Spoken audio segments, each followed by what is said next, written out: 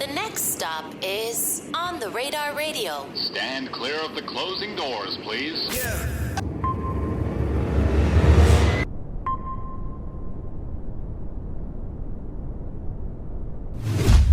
Yes, sir, baby. On the Radar Radio. Yo, special guest in the building. We got a legend in the building, Fat Trel in the building. My God. A legend. Yeah, that's a big word, man. A legend. You don't feel like you got a legendary status, man? I do. I sneaky do. You know what I'm saying? But it feels good when other people say it too, though. You know what I'm saying? Yeah. I feel like... But legend's still a big word, though. Yeah. Yeah. It has a lot of weight to it. Absolutely. But I feel like in the sense of like your career and the things you've been through and the things you've been able to overcome and go through, I think it's only right to use that word too. I appreciate it, bro. You feel me? That means a lot. Like, on some real shit, that means a lot. Right. And like, it's like even every DC rapper that I've had on my show, I feel like for the most part has always said something like Fat Trel. Yeah. Most recently, Pinky the rapper. Okay, yeah. Right? Shout out Pinky. Shout out dope. Pinky. Pinky's freestyle's going crazy right now, but you know, she is an upcoming artist. And she's like, Trel showed me a lot of love, this, and that. And like, you know, even in the sense of like someone who is considered new, and you showing love to them in whatever way you show love to them. Yeah. I feel like, you know, that's what a legend's supposed to do. So I feel like that's why, absolutely, know, especially in that part, that's why you should be able to be called a legend too. Absolutely. I feel like you always gotta like embrace the newcomers and the rookies. You know what I'm saying? Like you always gotta embrace them because hip hop and music itself, not even just hip hop, but music itself is constantly changing and constantly evolving. And Pinky is definitely bringing a different style of DC rap to female artists, you know what I'm saying? Yep. She dope, so shout out Pinky, man. That's love. Pinky, man. I didn't even know she shouted me out, but shout out Pinky. That's love. Yeah. She shouted you out in our interview because I think I had noticed that you said something about her somewhere, and I brought it up, and she's like, "Oh yeah," she's like, "Trel really showed me love." Because I feel like DC right now is in such a good place with music. There's a lot of different styles and everything. Yep, it's just it's great to have you back. Absolutely, you know appreciate what I'm saying? it. Back in the mix, back being able to do what you do after dealing with the on and off again, going in and out. You know, it's just good to have you back. Nah, it feels good to be back, and I'm definitely not taking it for granted, man. And I feel like I made a couple bad decisions when I was younger, you know what I'm saying, and can't take it back. But it definitely feels good to be back in the mix, you know what I'm saying? Right. I feel like you mentioned like when you were younger, and I think of so many different cases that we've seen in hip hop. You know, even now, and especially here in New York, what I've noticed with a lot of like the younger rappers who are now like getting a couple years older, like all these things that are from their past like 4 or 5 years ago. Yeah. As they're starting to achieve this level of success, it catch up. Yeah. Which is so. I feel like it's such. I'm glad that you spoke about it too, because like I feel like especially for the next generation of artists, like they have to know that like a lot of the things that you do early on, as you get successful, they're gonna come back up to some extent too. And it still can, and that's kind of sort of what the criminal justice system was made for. It's made to keep you involved within it. You know what I'm saying? It's not like the criminal justice system ain't like something where they want to lock people up and then once we get you, we done with you. Once we get our time with you, we wash our hands with you. That's not what it's made for. Yeah. It's made to once they get your name and your social security number, what's it called? Whatever it's called, your birth number, whatever it's called. Once they get you in that prison system, it's made to keep you in it. You know what I'm saying? And they want to keep you coming back as a revolving door. So it's not made for a one-off. So shit from your past could definitely catch up with you. Right. Now that you're like out, you know what I'm saying, and we back and we being able to, take all the great meetings and do the things that you do, like how are you approaching your career differently now that you have your freedom once again? Just more smarter. I feel like I'm approaching my career from a safety first standpoint and just staying out the way. You know what I'm saying? When I was younger, I spent a lot of time when I wasn't working, whether it be interviews, videos, recording, concerts, shows, walkthroughs. When I wasn't working, I would spend a lot of time in the streets and, in different hoods and engaging in different activities. And I feel like that's what gave the police the opportunity to always keep an eye on me, because I was always active in the street when I wasn't working. So now I think this approach I'm taking now is that I'm older, I got full custody of my oldest daughter. You know what I'm saying? She's 15, so I'm a full-time dad now. I always been a single parent. My baby mother passed away like 12 years ago. You know what I'm saying? I always been a single parent, but I never had full custody of her, but now I got her. So, that's different. It's like she come first, my family come first, and knowing that trouble is right around the corner. It just keep me in tune. So I think the way I'm taking charge of my career this time is from a safety first standpoint, because I'm not that really much active in the streets, man. I'm shying away from that. Right. I was gonna say too, like even with your daughter. Well, first of all, congratulations, right? Thank you. Getting full custody. But even with your daughter, like, how did you approach that kind of dealing with going in and out these past couple of years too? Like, how did that affect you and her at the same time? You know, it's just unfortunately, to keep it real, she was just used to me being a father on the street and being a father in prison. You know what I'm saying? Like, you know, I told her all the time from when she was young, just because I go to prison, our bills don't stop. Me taking care of you don't stop. I still got to take care of you. I still got to pay bills. Yeah. And I say that to say that nobody give a fuck what you going through. You know what I'm saying? Not even the IRS. Like, even if you go to prison, you still got to take care of your family. My daughter was still on the street. So everything, all the responsibilities that I had, I still had to carry them on while I was in prison. So it gave me that mind state of, you know, every day we still got to keep pushing. Yeah. Well, now you back with her every day. Yeah, now I'm back with her every day. Yeah.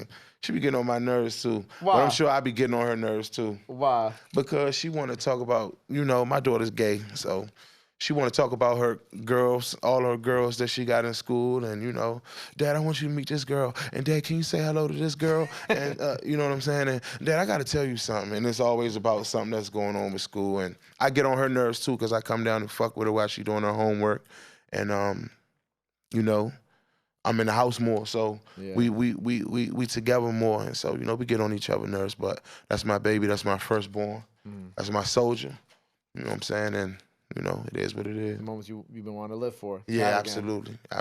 Even though y'all get on each other's nerves, it's like, well, at least we can't get on each other. I know, yeah. It's better than that through a phone. Or, it's a gift and a curse. You know what I'm saying? Like, it's what we've been missing. Like, everything that we doing now is what we've been missing. You know what I'm saying? So. And even still, I still work a lot, so sometimes she still tell me, like, Dad, you know, we still ain't spending as much time as I would like. She tell me that, you know what I'm saying? And, you know, I just, it's unfortunate that I got one of them jobs that take up a lot of time. Right. I always say that's also what we signed up for. With it is. This type of jobs that we have. And she get everything she want too, so she, sometimes she mad that I gotta work, but sometimes she like, yeah, nah, go get that money. Yeah, she's like, bring it back. Type shit. Yeah. I feel so since you've been home, right? I feel like you've been getting so much love. Like, I was watching earlier this week. I was watching. I think Future brought you out of DC. Well, I ain't gonna cap. I don't do no capping. Future didn't bring me out. But I did perform on his show. You know what I'm saying? Oh, you did perform on his show? Okay, I performed at the show, but he personally didn't call me out like on his set. Okay. Like how he called Dirk out. He ain't bring like how he brung Dirk out. He ain't bring me out. But I did perform on the Future show. It was lit. Doughboy was there. 3-0 Black.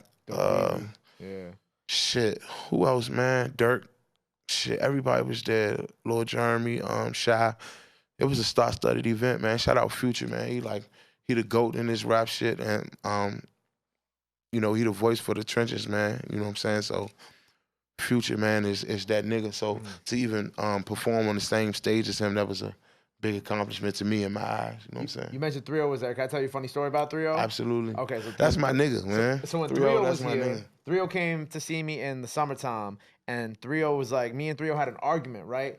Because I was like, he was like, yo, DC is more crazier than New York in certain things, right? I'm like, what the hell you talking about, 3-0? But we going back and forth about different shit that we be seeing. Yeah. And 3-0's like, I bet I got you. And I think he said something about seeing a drop top minivan in DC. Like someone just driving around with a drop top like minivan. I'm like, nah, I think you got it. If he did see that, I'm not doubting it. I ain't never seen a drop top minivan, but I wouldn't doubt it though. In DC, man, you never know what you gonna see, bro. Like, you never know what you gonna see. You know what I'm saying? Like, but that's my nigga though, 3-0, man. That's my homie, you know.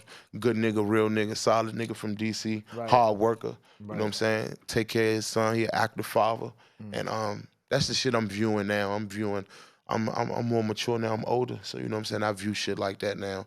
Active fathers and active mothers who are in their kids' lives, and you know, just trying to do something different and be better every day. And 3-0, one of them niggas, he want to be better as an artist and as a father in his personal life. It's interesting hearing you talk too, because like even like when I took the time to like look at some of the older interviews you did versus now, like recently, like shout out Adam, you know what I'm saying? I love the No Jumper interview you did. Yeah, shout out Adam, man. But like even like hearing the way you speak too, I think that's like one of the coolest things about seeing you now is like being able to really see the full evolution of not just you as an artist, but you as like a human being too. Like, you know what I'm saying? Like you speak about 3-0's like being a father. Like I wouldn't have expected you to speak on that. Not because I wouldn't think you would, but it's not something that, you know, would just come up in an interview naturally like that. Now I feel like because I started rapping so early at a young age, and you know, I was just wild. You know, I spoke my mind and I did what the fuck I wanted to do a lot.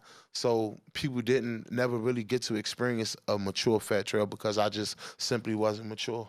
You know what I'm saying? Like we was running around the world, flying everywhere, fucking bitches, and getting in fights and shootouts everywhere in every state. So, you know, a lot of people didn't get to experience a mature me, you know what I'm saying? And prison changed me a lot. Getting my freedom taken away from me changed me a lot. Being a single father changed me a lot too. So, you know, it's a lot of people have been commending me on my maturity lately. Right. Yeah. And I see it.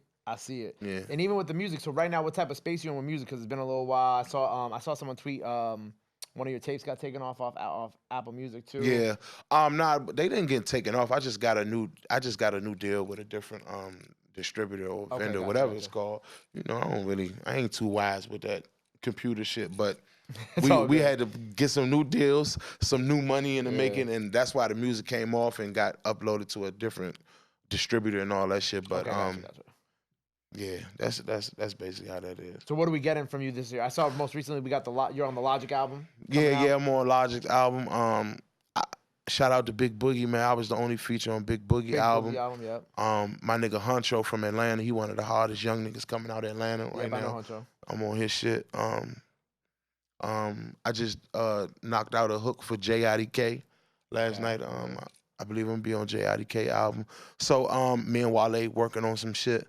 So you know, from the music standpoint now, like I'm older now and like, you know, DC is popping right now. Like you said, Pinky. It's a lot of up and coming rappers from DC right now. And I really feel like I'm on big homie status right now, you know what I'm saying? Because a lot of street niggas don't even make it to my age. You know, and for me to be a real street nigga and a rapper at the same time, I feel like I'm on big homie status. So that's where the music is at right now. You know what I'm saying? I'm still talking my shit because I am who I am and I am from where I'm from. And that can't be denied. But at the same time, I got this certain level of knowledge now. So you're going to hear that in my music. And I got a bunch of young niggas under me going crazy. You know what I'm saying? So all that's what you getting in the music now. You getting like a real street nigga, the same nigga who still could go crazy, a little bit more wiser. We talking about lawyers and investments more now because that's what we into. We talking about family and property more now because that's what we into. Versus, you know, back when me and Chief and Dirk and us started, we was straight drilling and killing. But now niggas on some, you know, family time. We got multiple kids now and you know what I'm saying? So the music is just more mature, but it's still raw, it's still gutter. You know, I am the District of Columbia. I feel like I represent that to the fullest. So, you know, the music, the shit that's about to drop is about to go crazy. And how does it feel too, like when someone from Memphis, like Big Boogie, right? Because you know, when Big Boogie was on my show, he showed you a lot of love. It was like right before the project. I didn't even know what the track list was at the time, like, because I think it was like the week before it dropped, the album dropped. And I was like, who's on the project with you? He's like, Fat Trel. I was like, just Fat Trel? He's like, just Fat Trel. And I'm like, and I asked him, I said, why? I was the only feature. That shit fucked me up. And he was like, I just love Fat Trel. And he's like, you know, he mentioned that y'all ran into each other and obviously you went away for a little bit. He's like, I only wanted him on this project. And I think that that's so cool, especially because it's like, you know, it'd be one thing if someone from DC was like, I only want Fat Trel on this project. But you got somebody from the South, a completely different area that's like, yo, Fat Trel can only be the feature on my project. Yeah. Nah, that's real dope. And, you know, he a young nigga, too. Shout out to Boogie again. Yeah, shout out Boogie. You know, that's just something that you wouldn't expect. And that's why I love this game because you never know who you touch.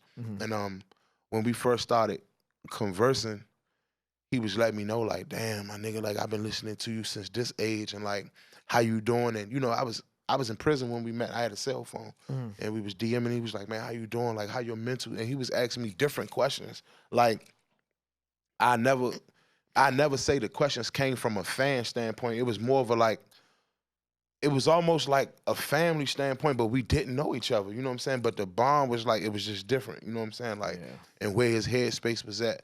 And so, you know, we had a lot of talks, man, and we talked about a lot of shit, and we introduced each other to each other's kids and shit via FaceTime, and we was just talking about everything that we was gonna do once I came home, and we really did it. He stood on his word, and you know me, I'm from the trenches. I started rapping when I was 19, so I'm humbled that a young nigga coming up in the game look at me like, nigga, this next album I'm about to put out, I only want you on it. That just made me, I was just very appreciative of that because I started with nothing. I come from the trenches and like even still to this day, I just shot a video around my way and he called me and was like, man, it look fun around there. I can't wait to come around there. You got to bring me around. Like we still in tune, you know what I'm saying? And it's genuine. Yeah. So for me to, for him to put me on this album and him to show the love that he has been doing, you know, shout out to CMG, the whole CMG. Yep.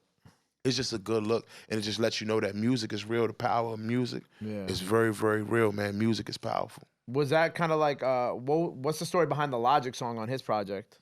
Logic, man, me and Logic go back, you know. Logic from Maryland, I'm from DC. We always ran into each other, and we had never created a song together. And then he did the I Don't Want to Die record. The 1-800, 1-800-1, yeah. And I remixed it.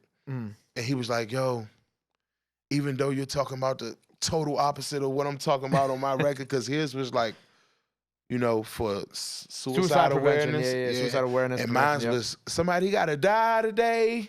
You know what I'm saying? Yeah. So he was like, yo, even though he was like, wow, like, you know, and that's one of my biggest freestyles. And so that's how our relationship grew. And I used to run into him all the time on the road. He'd be on tour, and we always link up, talk. You know what I'm saying? Sit in the hotel lobby and talk. Yeah. Logic, a good nigga, man. That's one of my little homies. And I got a lot of love and respect for him, and I appreciate him as an artist, and he rep hometown. Right. I'm excited for that. And, you know, it's funny because as we kind of talk about the music that you've been doing with people, a lot of people been wanting solo shit. A lot of people been wanting a solo project. And I even saw somebody who was like, oh, yeah, we need that new, like, Trel and Gangsta Grillz tape. Yeah, absolutely. And I feel like that's logically, at least in my mind, is like logically like one of these next steps for you in this shit too. Absolutely. And you know what's crazy, right? When I was in prison, I read that Tyler, the Creator, and Drama had did a Gangsta Grillz. Yeah. And I didn't know that. So I got, the prison system accidentally released me in October of, what was that, 2020, I believe? And then when they locked me right back up, oh no, that was 21. They had accidentally released me in October of 21, and I went to the club, and one night 2 Chainz was in the club, and Drama was his DJ for the night. And I was talking to Drama, this before I knew that him and Tyler had did an album, and you know what I'm saying? And I was telling Drama, like, damn, bro, I want to do a fucking Gangsta Grillz with you. Like, you know what I'm saying? Gucci Mane, the movie, that was my favorite Gucci Mane mixtape of all time, and, you know, Drama had hosted it. So it's crazy that a lot of people been telling me that, like my fans been saying like, yo, we need a Fat Trel Gangsta Grillz. And I told him in October of 21, like I want to do a Gangsta Grillz with you. Yeah. But I never like publicly tweeted it. I never spoken about it. Right. You know what I'm saying? A lot of people online talk about it. Yeah, a lot of people online talk about it. So it's like the way the world manifests is crazy. Like I could be thinking something and then my fans are like speaking into existence. And now like I'm really trying to link up with Drama to do one of them. I feel like I got to scratch that off my bucket list as a trap nigga and a street nigga and an artist. I feel like I got to have at least a 10-track project with Drama. Right, and I feel like even in the space that Drama's been in since that tape, you know what I'm saying? Because you kind of line it up as like when you were locked up, that tape came out, and like both of y'all, like even path-wise, like Drama's been back in this bag of doing all these Gangsta Grillz. You're back a completely different person doing what you're doing now. Absolutely. So I feel like those paths at the end of the day are bound to cross. Yeah, as absolutely. You know, very different things going on, but similar trajectories. But being back doing a certain thing that they hadn't maybe had done so frequently for a while. Absolutely. You know? Drama. We need a Gangsta Grillz, man. Fat Trel, DJ Drama, Gangsta Grillz, man. Go ahead, let them know, what I'm saying? We're going to call it what we want to call it, man. Let's talk up. Let's get together. Let's do it. I'm with it. Fat Trel, DJ Drama. We need that. I know. I feel like it's time, man. That shit going to be hard, too. I'm going to go stupid crazy. Because I feel like right now you in your feature run. You know Yeah, what I'm saying? I am. Like Cole back in like 20, like, what year was that? Do you remember what year J. Cole was doing all his features? Was that 2018? Was it like 17, 18? Yeah, whatever, believe, when Cole was just knocking out all them features back to back to back. I feel like that's where you in right now. Yeah, absolutely. And I then agree. Now it's album. Then it's right after that is album mode. We need something from you, man. I agree. I'm with it. I'm on one of them runs, man. I just feel good.